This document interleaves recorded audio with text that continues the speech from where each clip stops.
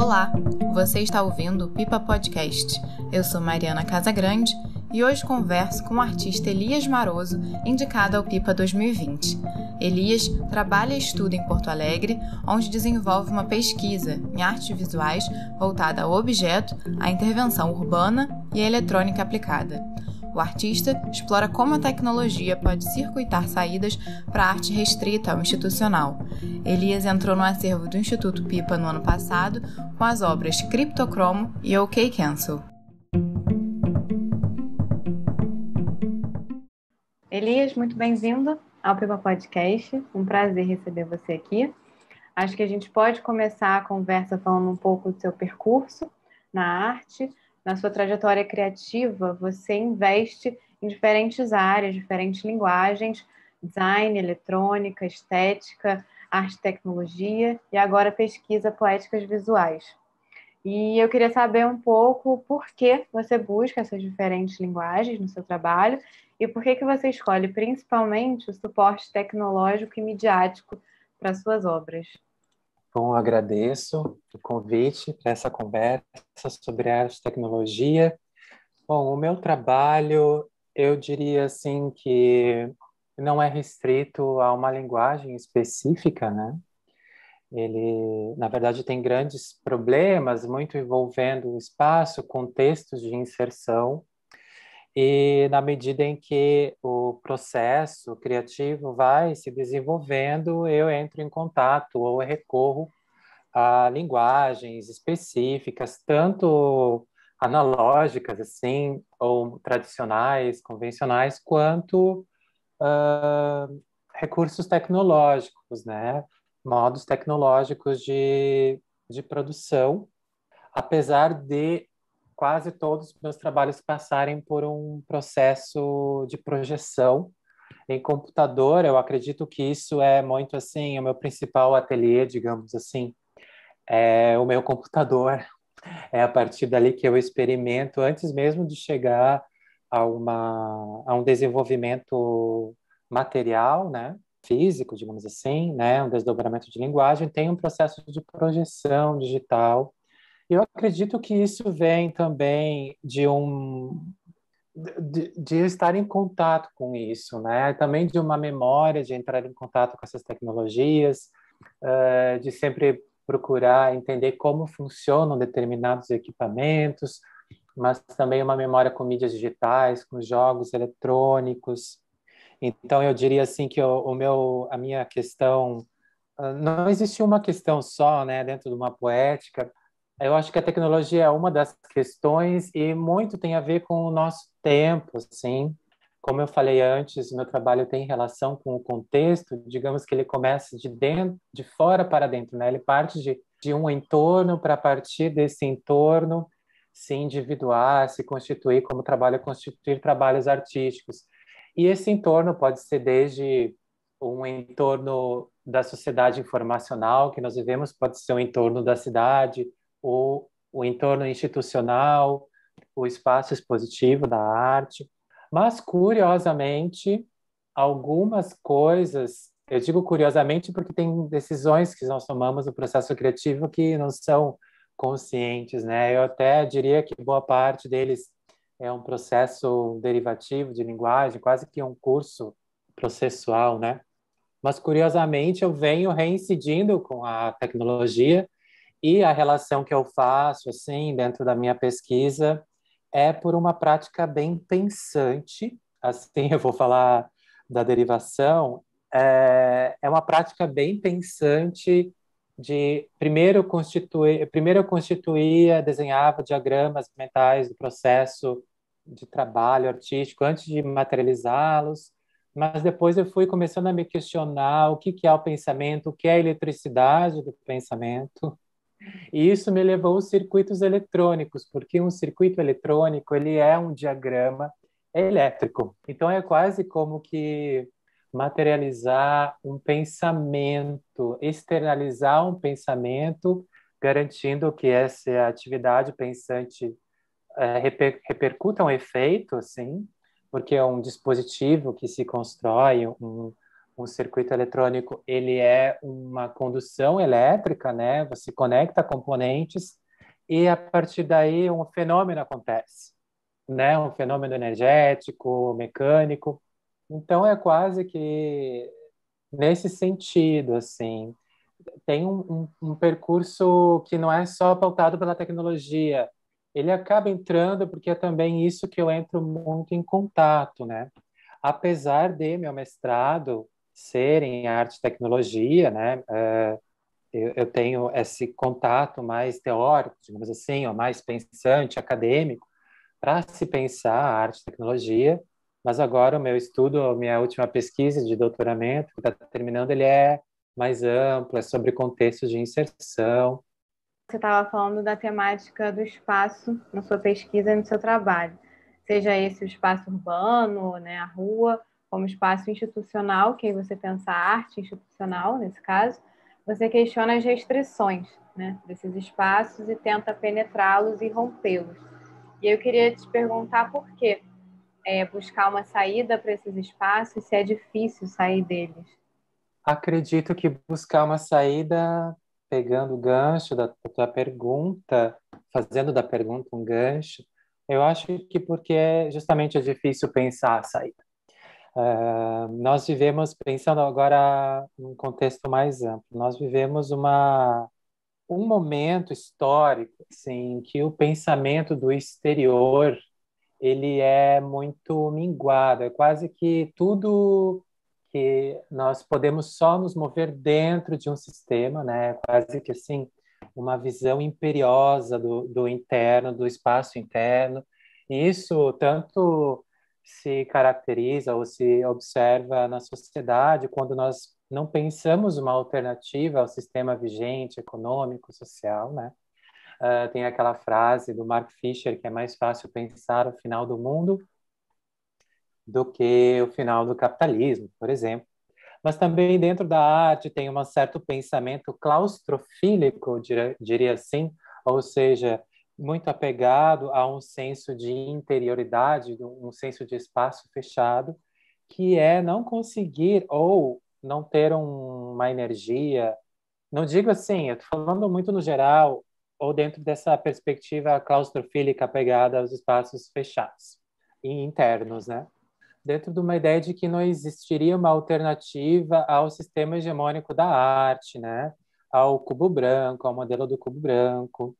E o meu trabalho ele se coloca dentro desse problema, desse enigma, assim, que é a parede expositiva, esse senso de espaço expositivo disciplinar, né? Esse lugar da arte disciplinada, onde a arte é colocada dentro de um espaço, né, específico, e é dentro desse espaço específico que determinadas atividades artísticas são entendidas como artísticas ou dignas de serem vistas, né? Essa vontade de romper a parede, de criar buracos, de criar emissões, de produzir emissões eletromagnéticas que realmente atravessam o espaço expositivo, vem muito de uma ideia de que a arte não está em um lugar só, a atividade criativa não está em um lugar só, e eu poderia até dizer, de uma maneira, isso pode ser questionável, acho que é super interessante esse debate, que a atividade artística, a atividade criativa, diria assim, ela precede a captura, assim. É uma coisa assim que é um debate longo isso, mas eu acredito muito que a atividade criativa é uma vontade de superar a si mesmo e é próprio da vida, assim, de nós enquanto pessoas, né? Então é um pouco isso. Alguns trabalhos, por exemplo, quebram placas de saída, né? Essas placas de sinalização de saída dobram em si mesma as placas de saída, essas sinalizações bem típicas iluminadas que se colocam em cima da parede expositiva, mas e é curioso porque essa sinalização ela é uma legislação do espaço do cubo branco, digamos assim, é uma normativa do espaço de circulação que ele vem antes do cubo branco, né? Então, muitas vezes ele é tido, essas placas, mas também os extintores de incêndio, eles são vistos como objetos estranhos dessa formatação expositiva, contemplativa, né? Então, por exemplo, quando eu transformo a placa de saída, que é uma normativa externa, em um objeto interno, é quase que, no meu ponto de vista, obviamente, dentro do meu processo criativo, é salientar como o recinto expositivo ele sobrecodifica tudo que é colocado ali dentro. Então, quando eu quebro, eu tanto mostro, digamos que dentro desse formato, ou procuro mostrar, aliás, dentro do formato da exposição ocidentalizada que nós temos, que não existiria uma saída, né? Mas que também denuncia talvez é uma palavra forte, mas evidencia essa característica em si mesmada do espaço expositivo, né? Sim. E aproveitando que a gente começou a falar disso no início, já que essa saída é difícil, né? E na verdade a gente está tentando mais pensar quais são essas saídas, se elas são possíveis ou não. Você enxerga hoje o movimento dentro da arte e tecnologia, por exemplo, com o surgimento dos NFTs, da criptoarte, como uma saída para o que a gente estava vendo antes na arte, né? E ainda pensando também esse momento em que o mundo virou muito mais digital, muito mais virtual, as conexões, né, são virtuais. Você vê isso como uma saída de algo que a gente tinha antes, de um surgimento de algo, ou na verdade você enxerga até mais um estabelecimento de um mercado de arte que já existia, uma entrada mais profunda, talvez, Um refinamento também, né? um refinamento. Sobre essa ideia de saída difícil, antes de entrar na discussão de arte e tecnologia, eu acredito que a arte, de alguma maneira, não só a arte visual, como a poesia, a dança, enfim, todas as linguagens de empenho artístico, ela tem a linguagem como uma impossibilidade. O poeta, por exemplo, a partir da palavra, a partir de um signo comunicacional, ele fala o indizível, então ele leva ao limite a própria e potencializa a linguagem, mostrando ou expressando o que não está contido exatamente na linguagem. É quase como dizer o indizível e o artista visual mostrar o invisível. Então, o limite ele é quase que uma condição dessa saída, né? Quando você se vê limitado, que a atividade criativa é esse impulso de superar a si mesmo. Pensando filosoficamente agora, mais geral, né? Sobre arte e tecnologia. Saídas de arte e tecnologia, teve todo esse momento agora que as pessoas prestaram atenção na arte e tecnologia de uma maneira mais enfática. É sintomático que isso aconteça agora, porque a arte e tecnologia não é de agora. Se nós pensarmos desde a videoarte, mas também fotografia, tecnologia, mas se nós pensarmos mais ainda, esticarmos mais o fio, né, ou estendermos mais o fio dessa discussão, a arte de algum modo sempre lidou com a tecnologia, né, com formas de articular linguagem, pensamento, essa relação de estender o limite da linguagem. O Renascimento, o chiaro escuro da pintura tem a ver com uma revolução tecnológica, né, de representação, fotografia também, vídeo. Então, assim, essa relação de arte e tecnologia eu entendo quando se diz muito das novas mídias, né? As mídias digitais, agora com essa discussão do NFT, mas existem duas formas que eu vejo, pelo menos, apoiado, enfim, de outros pensadores, né? De que existiriam duas maneiras de se lidar com a arte e tecnologia. Uma se relaciona com um processo endógeno da tecnologia, que você se apropria dos modos de produção da tecnologia, desde o software, construção de software, construção de equipamentos, né? Programação, que é um artista mais dedicado a uma produção endógena, né? O sistema entende como funciona abrir a caixa preta, né? Dos dispositivos e das imagens, como isso funciona. Isso é uma forma, e às vezes se mistura com uma segunda forma, que é mais exógena, que é no sentido assim de lidar com a repercussão das mídias, ou, por exemplo, quando um artista faz um GIF art, faz um modelo tridimensional, uma realidade aumentada, não está mexendo necessariamente com com o sistema, né, ou construindo, às vezes, um dispositivo de visualização. Tem artistas que fazem isso. Então, tem esses dois lados, digamos que um entra no funcionamento e outro usa como uma ferramenta de expressão. E, assim, saídas. Vamos pensar saídas, acho que é por aí a tua pergunta, né, Mariana? Olha, eu acredito que existem a arte e tecnologia ali nos anos 2000, principalmente da cultura digital, ela trouxe algumas discussões assim que eu acho que estavam muito nesse momento que a cultura digital ela meio que vivia assim uma eclosão de pensamento do Creative Commons, das autorias compartilhadas, de uma ideia de interação, né? De uma ética hacker também.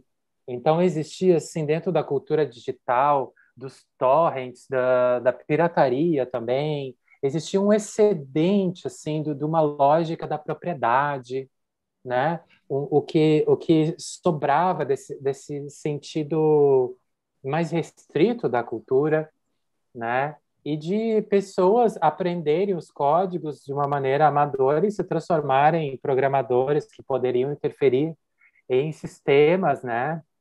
Então tem esse lado assim da arte e tecnologia que a gente poderia ver ali pelos anos 2000 que não tinha, era meio que um lugar que nem despertava interesse do mercado, assim, porque ele era muito volúvel. A arte, até dentro da academia, olha, eu vou dizer assim que agora está começando a entrar uma discussão de arte e tecnologia aqui no Brasil e também, assim, talvez agora com essa coisa do NFT as pessoas começam a querer discutir, porque às vezes parece que o mercado vira uma bússola, assim, de interesse, inclusive intelectual, que às vezes é meio problemático. Agora, como nem tudo é flores, digamos assim, eu acho que nós vivemos uma atualização, o que o Deleuze falava ali nos anos 80, 90, de uma sociedade disciplinar, que é essa coisa de disciplinamento do corpo, fábrica fordista, todo mundo trabalhando, tem um disciplinamento do corpo, a escola também disciplinando o corpo, você paradinho, olhando a professora falar. A gente vive hoje um refinamento dessa estrutura que o Deleuze chamaria de sociedade disciplinar, sociedade informacional ou sociedade de controle. E é muito curioso ver os escritos dele dos anos 70, 80. Eu acho que às vezes o Deleuze é pegado num jeito meio esotérico, assim, meio um abstrato cabeludo, um teoricismo abstrato que eu não sei. Mas ele tem coisas bem interessantes, assim, que ele fala que nós estamos cada vez mais vivendo uma servidão voluntária. Nós colocamos dados a um sistema, voluntariamente oferecemos nossos dados. Gente, isso ele falava nos anos 70 e 80, e olha o que é o Facebook, né? Olha o que é, inclusive, o capitalismo financeiro, falando de uma análise, ainda para além do bem e do mal, observando o que é, né? A desmaterialização, o capitalismo improdutivo, né? Esse capitalismo que não tem um produto material, ele é pura especulação financeira. E eu acho que os NFTs, assim, eles são bem do nosso tempo, eu diria assim, da segunda década, digamos, dos anos 2000, aquele sendo ousado e tentar prever uma vertente aí. A gente vive um momento hoje que o capitalismo está dando uma contrapartida de se ele conseguiu, eu digo o capitalismo, eu estou dizendo a ordem mundial, não sei como dizer isso, mas assim, a estrutura de distribuição e de acesso cultural, né?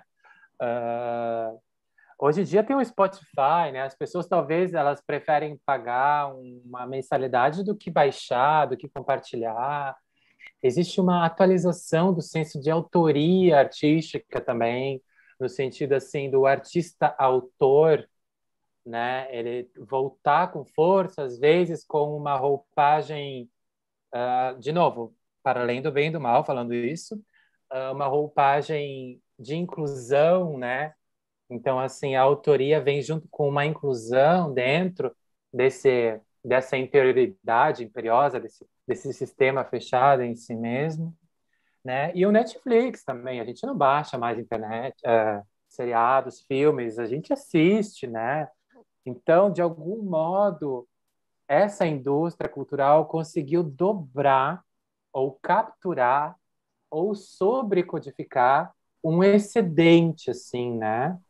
Então, eu acho que o NFT, o grande questão do NFT e das criptomoedas é que, de algum modo, criou-se uma forma de estabelecer uma propriedade, uma lógica de patrimônio a uma obra que ela é, por si só, dados.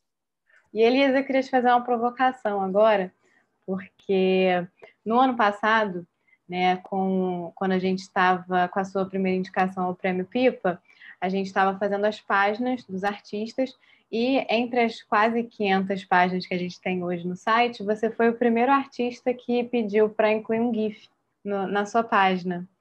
E isso provocou, assim, naturalmente, né, uma pesquisa. A gente não tinha ainda colocado, é uma página onde a gente bota imagens e vídeos, textos, mas GIF até então a gente não tinha. Então a gente começou a tentar entender o site, dentro da programação, como é que a gente colocava um GIF e como é que isso ficava, às vezes não dava certo, aí a gente tinha que mudar a programação do site. E aí eu queria saber se de alguma forma você considera que até mesmo esse evento bem dentro, né, do prêmio tenha perfurado de alguma forma a parede do site do Prêmio Pipa com esse pedido inaugural. Se foi uma espécie de uma metalinguagem artística, mesmo não intencional. E tem um GIF que são placas de saída torcidas, né? Ou piscando, assim, como se fosse um É, ambiente. Assim, falando dentro de um interesse, bem francamente, primeiro, porque existe essa possibilidade hoje, né? Eu também programo sites, assim, do jeito muito autodidata, faça você mesmo, é uma coisa muito presente, inclusive como conteúdo dos meus trabalhos, né? De ensinar também, ou de mostrar como funciona, ou de estimular as pessoas a fazerem também, apesar de que existe também trabalhos que têm uma materialidade própria, né? Então, como eu falo, é uma pesquisa que não está em um lugar só, em um regime de imagem só. Eu acredito que talvez a saída poderia ser começar por aí, de não estar em um lugar só e de realmente se ler dessa forma. Nós realmente não estamos em um lugar só. Agora, por exemplo, na nossa conversa, nós estamos em instâncias diferentes, mas também dentro de uma instância comunicacional.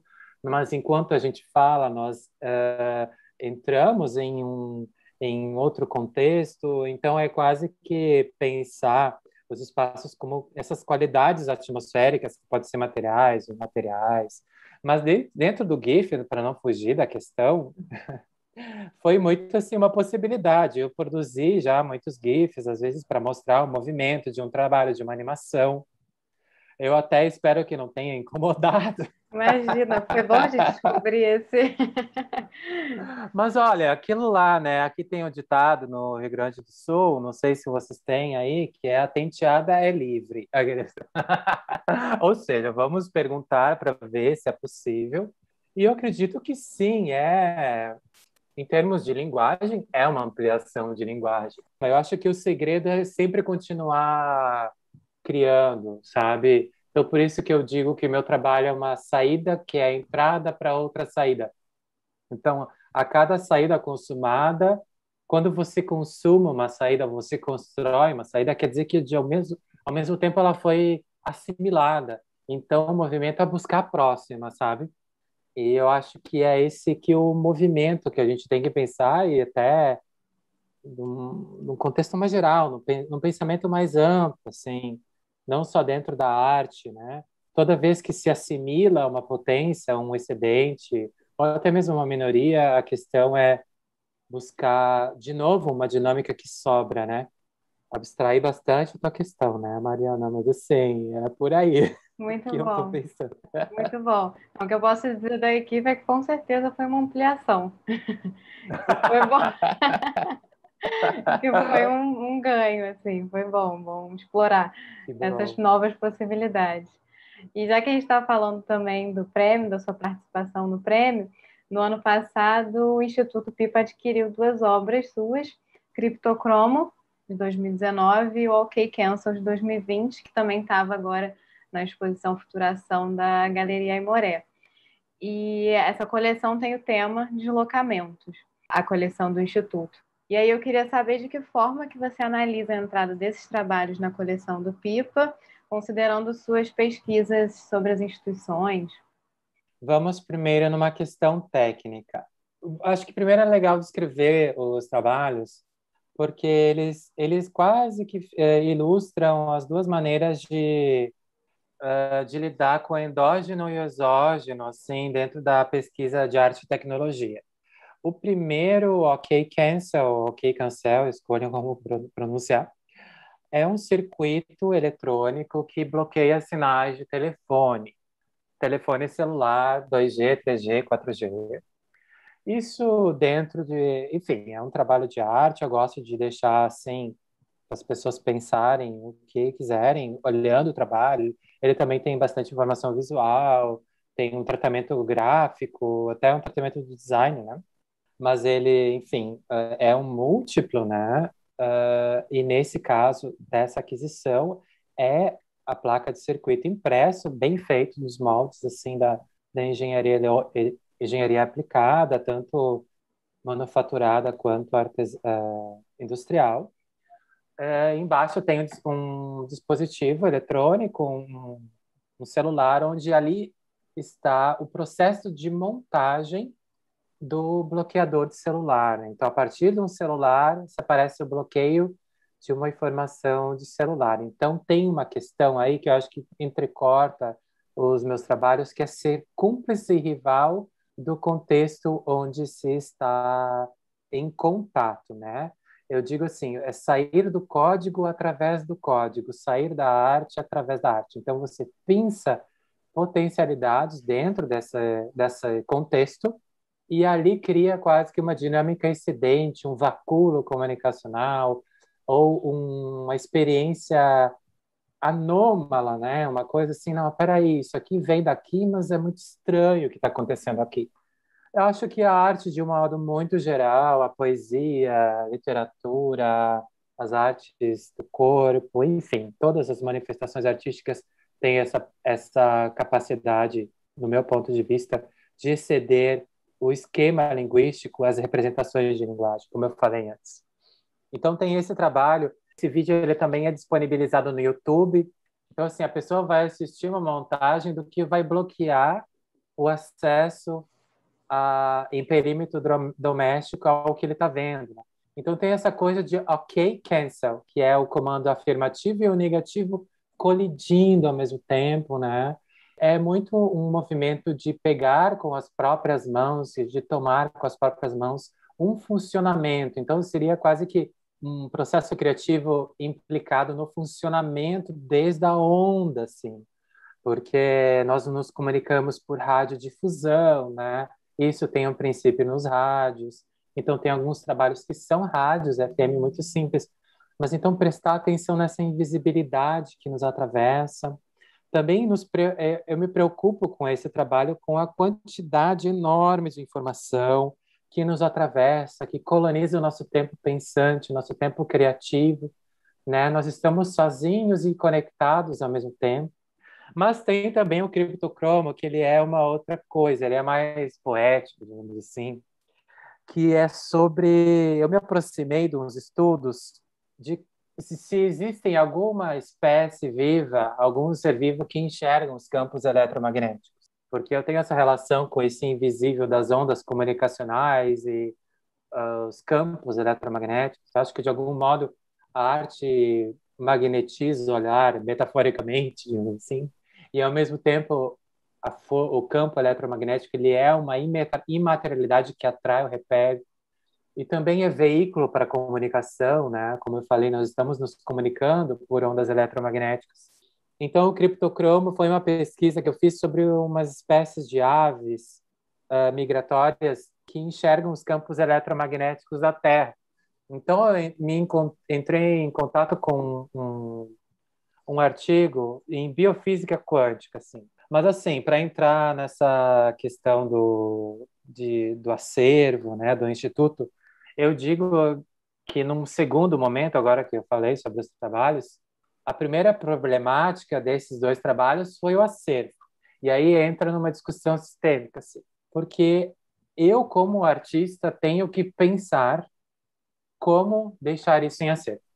Então, assim, eu perguntaria, né, aos artistas, eu sempre me pergunto quando eu vejo um trabalho de arte e tecnologia, onde ele se posiciona, consciente ou não, dentro dessa lógica tecnológica que nós vivemos. Eu acho que a arte ela tem essa possibilidade de não só criar coisas atraentes ao olhar, mas se implicar criando movimentos excedentes à própria lógica, sair do código a partir do próprio código, assim como a poesia fala do indizível a partir das palavras.